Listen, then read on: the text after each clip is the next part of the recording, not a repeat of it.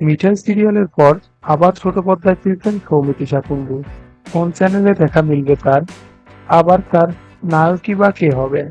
নিজের মুখে এবার সব বললেন সৌমিত্রিষা কুণ্ডু। ছোট পর্দা থেকে তিনি জনপ্রিয়তা পান, কিন্তু প্রথম সিরিয়াল দ্বারা তিনি এই জনপ্রিয়তা অর্জন করতে পারেন। তার প্রথম সিরিয়াল হলো গুরু দক্ষিণা। তবে সেখান থেকে তিনি তার অক্লান্ত পরিশ্রমের মাধ্যমে সঠিক মর্যাদা পাননি। এরপর বেশ কয়টা সিরিয়াল করেন তিনি, কিন্তু হাতে গোনা কয়েকজন কিনলেও মিঠাইয়ের মতো জনপ্রিয়তা পায়নি। জি বাংলায় মিঠাই সিরিয়ালে অভিনয় করে তার জনপ্রিয়তা ধীরে ধীরে বাড়তে থাকে। এমনকি সে আস্তে আস্তে সবার ঘরের মেয়ে হয়ে উঠতে থাকে। আবারও দেখা মিলতে চলেছে এই অভিনেত্রী। তিনি নাকি জি বাংলায় নতুন রূপে ফিরবেন।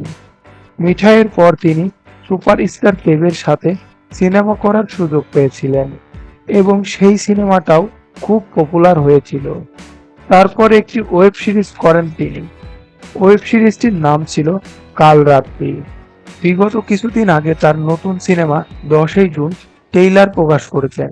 সেটিও খুব তাড়াতাড়ি আসতে চলেছেন। কিন্তু এখন সিনেমা ওয়েব সিরিজ নয়, ছোট পর্দায় আসছেন অভিনেত্রী। তবে কোনো সিরিয়ালে তিনি অভিনয় করছেন না।